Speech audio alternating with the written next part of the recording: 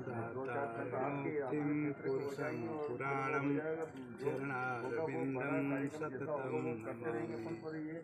सतगुरु की महिमानंत किए उपकार, लोचन अनंत उघारियानंत दिखावनहार। दोपहर के सदगुरु आश्रम पर उपस्थित हमारे सभी प्रेमी आदरणीय जन संतगण, ये आप लोग धीमे बात करें। जिसको नहीं सुनाई दे रहा है थोड़ा आगे आ जाए, जिसको सुनाई नहीं दे रहा थोड़ा आगे बढ़ जाए। तो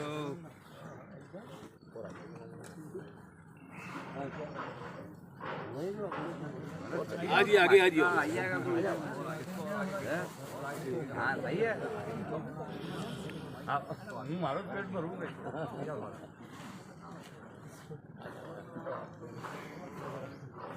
सदगुरु कबीर साहब ने जब यहाँ पर वो नाम पढ़ रहे तो आगर मालवा लिखा रहता है, मालवा आगे। हाँ, तो सदगुरु साहब की जो वाणी है, बीजक शब्दावली, ग्रंथावली, साखी ग्रंथ, भजनावली, बहुत सी वाणियाँ हैं। तो समस्त वाणियों में कबीर साहब के बीजक में केवल 5 जगहों के नाम हैं, जगहों के रूप में। क्या काशी, क्या उसर, मगहर, काशी का मगहर, और मानिकपुरी, कबीर बसेरी, मद्दत सुनी से कटकेरी, ऊजू सुनी, जैनपुर थाना, झूसी सुनी, पिरन को नामा, 21 पीर लिखे तैठामा, खत्मा पढ़े बगैना नामा। तो दूसरे पद में है झूसी, जौनपुर और मानिकपुर। झूसी इलाहाबाद के पास है झूसी, मानिकपुर वहीं पर है, और जौनपुर उसमें राजधानी थी। अवध जौनपुर में था और काशी रीवा में था। तो उस समय जो मुगल काल था यहाँ, तो जहाँ राजधानी वहाँ थी, इसलिए वहाँ पर शेख तकी आया था, कबीर साहब को बुलाया था, वो वहाँ था। तो पूरे वाणी में 5 जगहों के ही नाम हैं, काशी, मगहर, झूसी, जौनपुर और मानिकपुर। और ग्रंथावली में केवल 2 क्षेत्रों का नाम है। पूरे वाणी, समस्त वाणियों में केवल 2 क्षेत्रों का नाम है, मालवा और सौराष्ट्र, गुजरात में है। तो उन दोनों वाणियों में मालवा का याद नहीं है पद, अभी जाके याद कर लेंगे। सौराष्ट्र को कहा वहाँ जन जाना दाझन का डर है, वहाँ जाना नहीं, वहाँ जलने का डर है। गुजरात बहुत प्रेमी व्यवस्था थी, वहाँ लोग उदार थे। और देश मालवा साहब के वाणी है, पद है ग्रंथावली में, देश मालवा गहर गंभीर, डग डग रोटी पग पग नीर। आगे उन्होंने वर्णन किया, पूरा इतना वर्णन किया है दिल खोल के कि मालवा ऐसा जगह है जहाँ जाओ तो जगह जगह रोटी पानी, हर लोग प्रेम करने वाले भक्त मिलेंगे और तुम्हें कोई कठिनाई नहीं होगी, वहाँ जाना नहीं, जल जाओगे। सौराष्ट्र को कहा।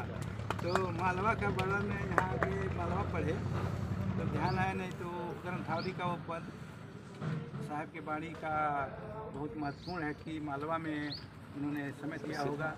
मालवा के लोग जब हम आए तो जहाँ मालवा शुरू हुआ तहाँ से अंतर भी देख रहे थे, कहाँ से मालवा शुरू हुआ पता चले क्या अंतर है, उधर से इधर से वो अंतर भी पता चला। यहाँ ये सचमुच मालवा में एक भक्ति का, सहज भक्ति का भाव है, लोगों में सब में सहज भक्ति का भाव है। और इस कारण मालवा में कबीर साहब के अनुयायियों के, विचार मानने वालों की, श्रद्धा करने वालों की संख्या बहुत ज़्यादा है। बहुत लोग आते हैं, इससे पता चलता है। आगर से और दूसरे जैन से, इधर से, इंदौर से सब लोग आते रहते हैं मगर, इससे पता चलता है कि बहुत भाव। तो सदगुरु साहब ने हम सभी जनों के लिए कहा कि हमें बहुत हमारा जीवन, हमारा समय ये जो मिला हुआ है बहुत महत्वपूर्ण, इतना महत्वपूर्ण। ऐसे ही पता चलता है कि वो सिकंदर कहा कि एक हाथ निकाल दिया, कहा कि सिकंदर मरने के पहले कहा पूरे आधा राज्य दे दो, लेकिन हमें माँ से मिलना है, 1 मिनट बता दे। तो डॉक्टरों ने कहा कि कोई उपाय नहीं है, पूरे राज्य नहीं, पूरे 3 लोग दे दीजिए, तभी 1 मिनट हमारे हाथ में नहीं है। तो कितना महत्वपूर्ण है ये जीवन, ये समय जो मिला हुआ है। तो साहब बोलते हैं कि रतन अड़ाइन रेत में, हम लोगों को बोलते हैं कि हम इतना महत्वपूर्ण मिला हुआ समय काल, ये जीवन, इसको कैसे कमा रहे हैं? रतन अड़ाइन रेत में। रतन मिला हुआ लेकिन उसे बालू में डाल देते हैं। रतन अड़ाइन रेत में कंकड़ चुन चुन खाए, और हीरा मोती नहीं चुनते हैं, कंकड़ पत्थर चुन के खाते हैं। ऐसा बोल रहे हैं हमारे बारे में, हमारी रोज़ की दिनचर्या के बारे में बोल रहे हैं। ये नहीं कि ये कहानी है, रोज़ हमारी स्थिति ऐसी है। रतन अड़ाइन रेत में कंकड़ चुन चुन छाए, कहें कबीर सुनो, कहें कबीर पुकार के। ऐसा कह रहे हैं कि मैं, ऐसा नहीं कि मैं धीमे से कह रहा हूँ, चाहता हूँ भी, सुना भी रहा हूँ, कह भी रहा हूँ, जीव अचेत ही जाए। ये जीव अचेते अवस्था में ही जा रहा है, हमें परम चेतना में गुजर जाना है। कुछ बड़ा बात नहीं कहे कि सब मिला हुआ रतन है, धन है, हमारी परम चेतन, परम ज्ञान में, आनंद में हमारी आत्मा। ये साहब है, क्या नाम है, नागूलाल जी अभी बोल रहे थे कि आपको चिन्हे, कि आप में आपको पहचान ले, बस सब कुछ। साहब ने भी सब कुछ इसी में, इतना ही में सब कुछ है, सब कुछ इसी में। तो हमारे रतन को, जो हमारे धन मिला हुआ है, उसे पहचानना है, उसे गंभीर रहना है। मांस में, शराब में, बीड़ी में, खदी में, हेरे ते में तुम ले लिया, ऐसा कर दिया। भाई से, बंधु से उलझने की नहीं, प्रेम करने के लिए आए हैं। हमारे छोकाराम बापू उधर हरियाणा में चरखी दादरी में हुए, कोई जाता था, कहता कुछ महाराज जी सुनाइए।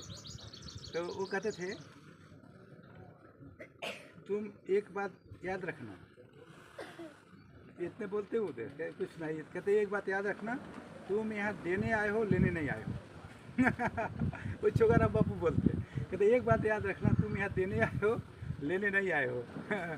घर में पहुँचो, समझते हैं पत्नी पानी लेके खड़ी रहे, ऐसा मत समझना पत्नी उधर बैठी है, क्यों बैठी हो, जाके उन्हें पानी दे देना कि तुम्हारा सिर तो दर्द नहीं कर रहा, क्यों बैठी हो भाई।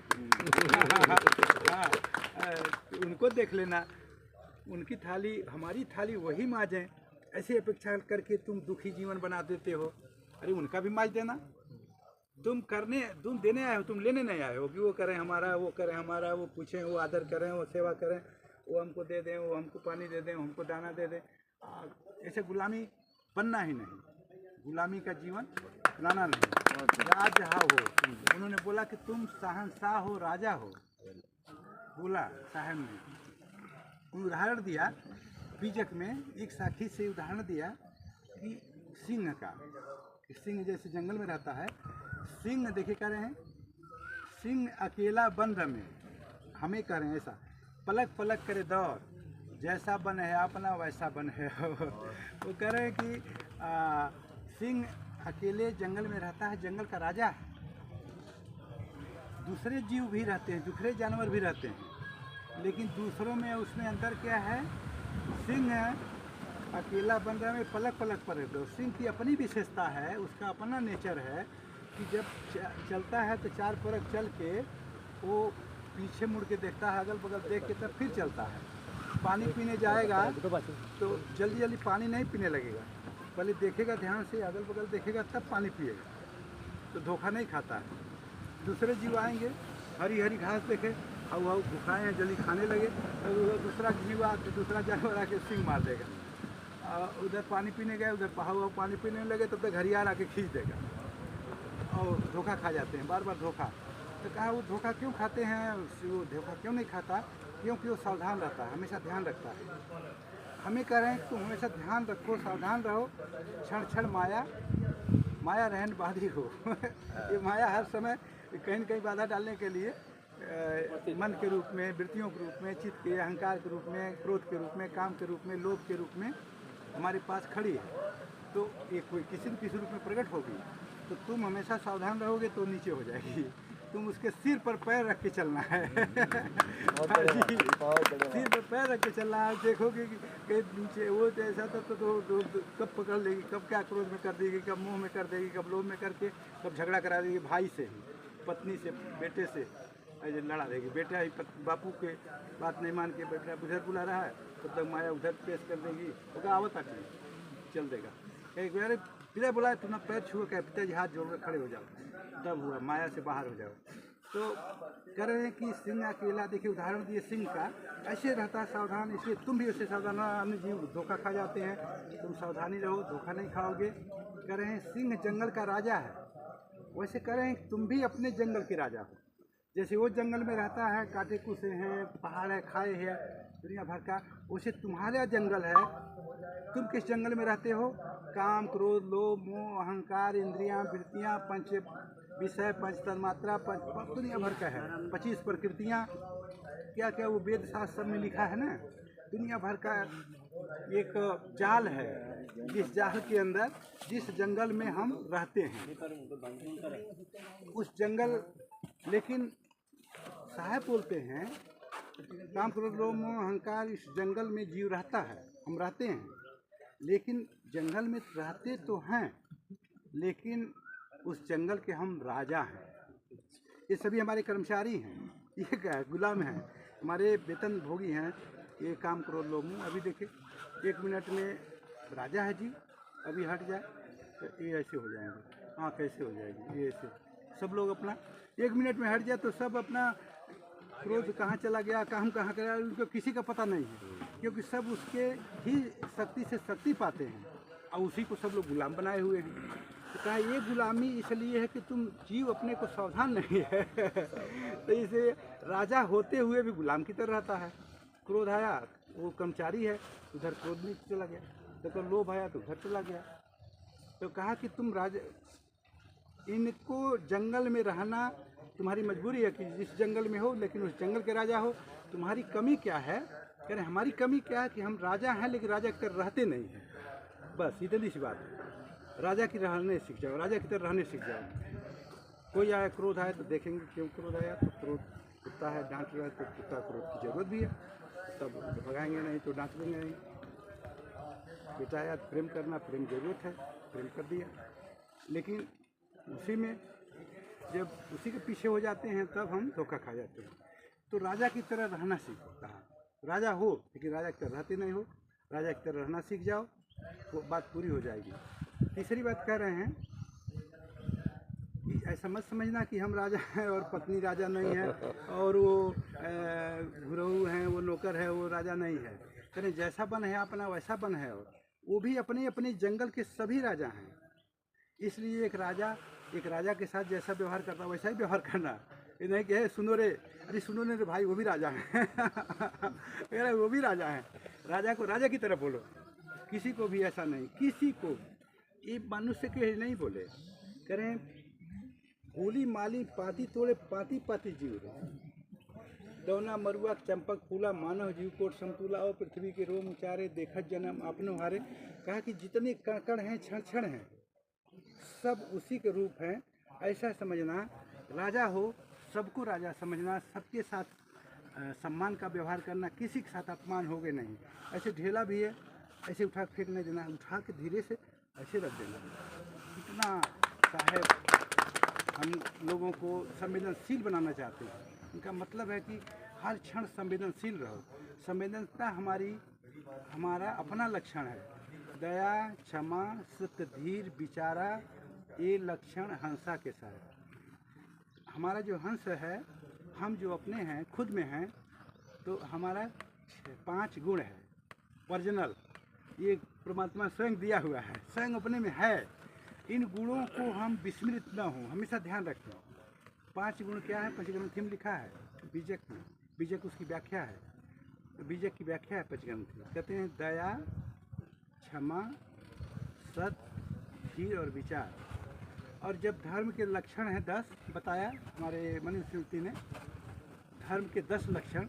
ये नहीं कहा कि जल चढ़ाना, मूर्ति के पूजा करना, ये करना, वो करना, तीर्थ कराना, दान दे आना, ये नहीं कहा धर्म के लक्षण। धीर क्षमा दमो अस्य शौच इंद्रिय निग्रह धीर विद्या सत्य करो दसवों धर्म लक्षण। तो धर्म के 10 लक्षणों में ये 5 गुण जो है उसी में बता दिया। पहला ही क्षमा करें तो वहाँ धैर्य कहा। तो धर्म ये धारण किया जाता है उसे धर्म कहते हैं। ये 5 गुण साहब ने सहज किया ना, अब 10 में भी 5 कर दिया साहब बहुत सब कुछ सहज कर दिए हैं बिल्कुल। कबीर साहब कहे सहज तुम हो जाओ। तुम्हें ईश्वर को पाना है, मुक्ति को पाना है, तो खड़ेसरी तपेसरी बन के और गंगा सागर और दुनिया भर का तीरथ मूरत दौड़ना नहीं है। जहाँ हो वहीं ठीक हो, घर में हो, दुकान पर हो, जैसा भी है, मड़ई है, झोपड़ी है, जैसा भी वहीं ठीक हो, असंतोष करना ही नहीं, पहली बात कहे। और जहाँ वहीं ठीक हो, और मुझको कहाँ ढूंढे बंदे, मैं तो तेरे पास में हूँ ना मैं मंदिर, ना मैं मस्जिद, ना काबे कैलाश में, ना मैं कोनो क्रियाकर्म में, जो मैं ना मैं जोग उपवास में, ना मैं रहता भंवर गुफा, ना त्रिकुटी के द्वार में। दुनिया भर का खंडी पखंडी सबको जला दिए मंदिर मस्जिद, और कहें कबीर सुनो भाई साधो हों सांसों के सांस में। मैं तुम्हारे पास ही हृदय में, हृदय बसे तेराम न जाना हूँ। और तुम आँख बंद करो, सिमरन करो, मैं मिलूँगा। लेकिन आँख खोल के तुम दौड़ते दौड़ते दौड़ते कितना थक जाओगे, मिलेगा ही नहीं भगवान कहे दौड़ना नहीं, बंद कर दो दौड़ना। एकदम आसान किया, कहीं दौड़ जरूरत नहीं है पाने के लिए, दौड़ना नहीं, दौड़ जितनी है उसे समाप्त करना, बस आसान है एकदम दिल में। और जब दिल में खोज, दिल ही में खोजो यहीं करीमा रामा। जब उधर संपर्क में 6 महीना साहब ने बोला, मदन साहब कबीर साहब दर्शन दिए थे उधर खरौना, मगहर के पास जौनपुर जिला है, वो कबीर साहब ने जौनपुर का नाम भी लिया। मदन साहब वहाँ सिद्ध संत 27-28 संतों को कबीर साहब ने दर्शन दिया जी बाद में। जैसे मदन साहब उसी में एक हैं, कृष्णकारक साहब, गरीब साहब, पिता साहब, गरीब दादू साहब, ऐसे बहुत से। तो उसी मदन साहब भी हैं। तो मदन साहब अपने एक कार्ड दिखा उन्होंने, कहा छठ में ऐसी विधि जो मोह कह धावे, छठ में माँ दरस हो पावे। कहा निश्चित किया, कहा 6 महीने तक तुम्हें कुछ पता नहीं चलेगा, अंधारा पता नहीं चलेगा, कुछ रोज बैठो ध्यान लगाओ, कुछ करो, जो कुछ पता ही नहीं चलेगा क्या कर रहे हैं, क्या कुछ होता है, मन नहीं लगता, ऐसा वैसा होता रहेगा। लेकिन लगातार तुम लगो रहोगे, तो जब 6 महीना लगातार लगो रहोगे तब थोड़ा सा मन लगने लगेगा, फिर लगोगे तब फिर उसमें रस आने लगेगा, और फिर लगे रहोगे तब आदमी घबरा जाता है तुरंत ना, ध्यान करने बैठा मन नहीं लग रहा है तो छोड़ दिया, ऐसा हो जाता है वैसा। कहा लगे रहो। मदन साहब वहीं पर गांव था, तो घर पर ध्यान में ज़्यादा रहते, पूजा पाठ में लगे रहते, अपने इसमें घर वाले परेशान रहते, सब लोग कहते ये काम कैसे हुई, पत्नी बोलें ये बोलें। एक दिन दुखी होके चले गए और उधर जंगल था, बगल में बैठ गए, और सब लोग गए मनाने, नहीं गए। तो पत्नी गई, वो भी कहीं ठीक है आप नहीं जाएंगे तुम भी, वो भी। तो 12 वर्ष तक तपस्या की, कुछ पता नहीं चला, अंधकार चारों, कुछ पता नहीं चला। एक दिन तलवार लेके बगल में रख लिए और कहे हे साहब, अगर सूर्योदय होते होते दर्शन नहीं होगा तो सिर काट लेंगे। तो एकदम रात भर लगे हैं फिर हमें कर रहे हैं, कुछ भी नहीं पता चला, अंधकार है। तो एकदम जब सवेरा होने लगा, सूर्योदय आने लगा, तो तलवार उठाए और ऐसे जो चलाने का तो वहीं हाथ पकड़ लिए। साहब सामने प्रत्यक्ष हो गए और उनका हाथ पकड़ के कबीर साहब की जय। तो सदगुरु साहब कबीर साहब दर्शन दे दिए और मदन साहब धन्य हो गए। तो उस मदन साहब को उन्होंने कहा कि निष्ठा बताई कि हमारे अंदर अगर पक्की निष्ठा होगी तभी कोई सफलता मिलेगी। साहब का मिलना ही नहीं, जीवन में छोटे छोटे काम भी, व्यवहार के काम भी, अभी तो नई निष्ठा रहेगी तभी तो जाना बाजार, कोई काम भी बोलना चाहिए, कुछ करना, गाय छोड़ा गई वहाँ बांधने, धूप है कहेंगे, धूप लगेगा, बड़ा धूप है, निष्ठा बनाएंगे धूप कुछ नहीं काम करेगा, चल जाएंगे। तो निष्ठा को कहा कि निष्ठा ही पहुँचाती है, हमें निष्ठा बनाना है और निष्ठा बना के और बाहर के भटकना नहीं, ध्यान करना है, ध्यान में मन को रोकना नहीं। हमारी जो सहज साधना है उसमें मन को रोकना नहीं है, मन को देखना है, सहज हो के बैठना और मन को जब देखेंगे तो मन अपने आप ठहर जाएगा, रुकेगा। मन को रोकेंगे तो एक लड़ाई हो जाएगी, कोई मन रोक नहीं पाएगा, बड़ा कठिन है। ई मन चंचल, ई मन चोर, ई मन ठगहार, मन मन करते सुर नर मुनि जहरे, मन के लक्ष्य दुआर। सुर नर मुनि इतना बड़े बड़े हो गए, फिर भी रंभा मेनका कोनो आई, एक माया भेज दिया, ठग के चल दी तो ठगा जाओगे। इसे मन के फेर में पड़ना ही ना, मन को देखना, मन रुक जाएगा। मन को देखना सहज साधना में है कि मन को ध्यान पर अपने बैठना, मन को देखना। सांस चल रही है, सांस के साथ मन को लगाना, सांस चल रही है, सांस आ रही है, जा रही है, इससे मन नियंत्रित होगा। और धीरे धीरे साहेब के जो सदगुरु ज्ञान, किसी को गुरु जरूर बनाना, और गुरु बनाकर जो नाम दें, ये नाम वो नाम, 5 नाम 10 नाम दुनिया भर का चलता है, क्या कुछ बात नहीं है। नाम जो जो जिसको गुरु बनाना वो जो नाम दें, गायत्री मंत्र चलेगा, सब चलेगा। हाँ, जो गुरु बनाए वो जो नाम दे, किसी को गुरु बनाना वो जो नाम वो ले रखा है तो हाँ, मैं पूछ नहीं, लूँगा, ठीक है, शंका समाधान। चलेगा चलेगा। बहुत बड़ी शक्ति है उसमें, केवल उसमें जुड़ जाना है बस। और एक ही जगह सभी मंत्र एक ही जगह पहुंचाते हैं, चाहे वो सतनाम, चाहे सोहम, चाहे गायत्री मंत्र, चाहे ओम नमः शिवाय, कोई भी। क्योंकि एक एक जिनजानियाती नहीं सच पहिया का ये कहीं के बारे में वर्णन है विभिन्न शब्दों के माध्यम से। और एक को जिन जाना वो सत्य को पा जाएगा उन्हीं माध्यम से। इसलिए भेदभाव करना ही नहीं, ऐसा वैसा बन जाए, ये करें, वो जहाँ है वहीं ठीक है। साहब ने यही बताया कि संप्रदाय तो चलाया ही नहीं कि हमारे जाके चेला बनो, तो हम कहेंगे हमारे चेला तू कहेंगे हमारे चेला, तो यही भेद हो जाएगा। साहब ने ऐसा नहीं कहा यार, वही ठीक है। सब लोग आए शिष्य बनने ने, कबीर साहब के जितने शिष्य हैं सब बड़े बड़े संप्रदाय के संचालक थे, सब 12 शिष्य जितने हैं सब बड़े बड़े आदमी थे, बहुत बड़े बड़े महान लोग थे, और सब आके शिष्य बन गए। जैसे बुद्ध भगवान के सभी ज्ञानियों के शिष्य बड़े बड़े लोग आगे बन गए। तो सत्वा जीवा देखें तो ब्राह्मण के बाद का दिए कहे जिनके चरण धोने से हरा होगा उन्हीं से शिष्य बनेंगे। वो कबीर साहब गए, उनके चरण धोए, हरा हुआ, वो ज्ञान लिए। ये सुत गोपाल साहब जो कबीर चौड़ा मगहर के हैं, वो बहुत बड़े विश्व विजेता पंडित थे, सबको हरा के माता से क्या आशीर्वाद गए। कबीर साहब को साक्षात हुआ, क्या कबीर कोई पंडित नहीं, तो क्या अरे तो जाके आशीर्वाद लेके आओ। गए तो कहे कबीर साहब कहे हम तो हारे हुए हैं, हम कोई भेद बात जानते नहीं, लिख लीजिए मैं हारा। कबीर हारा जीते, लिख के गए, माता की बात देखे कि कबीर हारा जीता, तुम्हारा क्या गलत बताते हो।